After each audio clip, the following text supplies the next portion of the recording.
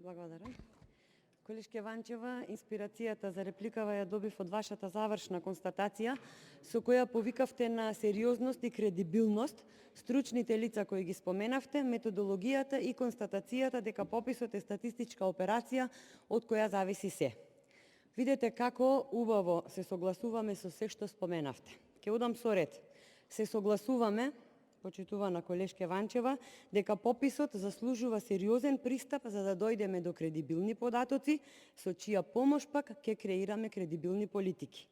Но ние добиваме нешто сосема спротивно и затоа основано се сомневаме дека со вака осмислена пописна постапка, откако ќе истрошиме големи пари, ќе добиеме фингиран точен збир на неточни податоци, без вредност и валидност и податоци со кои никако нема да можеме да правиме развојни стратегии од кои, како што велите, зависи се.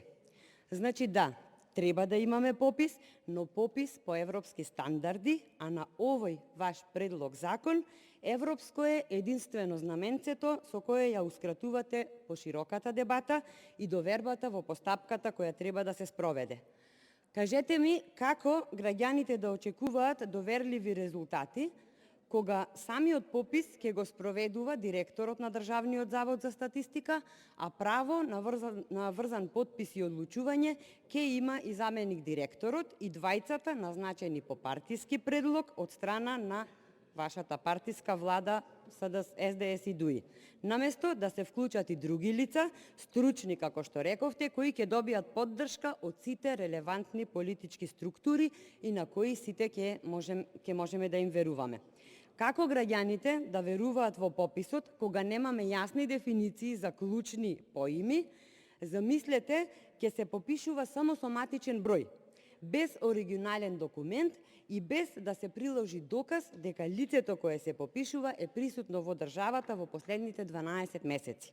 Едноставно, според оваа методологија, релевантен документ може да биде, например, и членска книшка од библиотека, членска книшка од партиска членска книшка и било кој документ што содржи матичен број без оглед на веродостојноста на податоците. Ете затоа се сомневаме во тоа колку и дали ќе биде точен пописот. За ситуацијата да биде уште потрагична, никој нема обврска да се потпише на документите, што значи никој и нема да биде одговорен за веродостојноста на податоците. Апсурд. Советот за статистика, кој по дефиниција е највисоко државно и стручно тело од областа на статистиката, формиран и избран во собранието, нема никаква улога и не е прашан за содржината на законот. А и зошто да биде прашан, кога во оваа држава вие си знаете се и вие си можете се. На крај, само една секунда, бараме постпописно истражување на точноста на податоците, бидејќи тоа го налагаат европските стандарди, но и тоа не е потребно според овој предлог закон. И крајниот заклучок е, вака како што сте го осмислиле и сте го испланирале пописот, имаме впечаток дека и без да се спроведе истиот, вие веќе ги знаете резултатите и единствено вие нема да се сомневате во истите. Контрареплика, пратеничката Снежана Калевска Ванчева, повелете.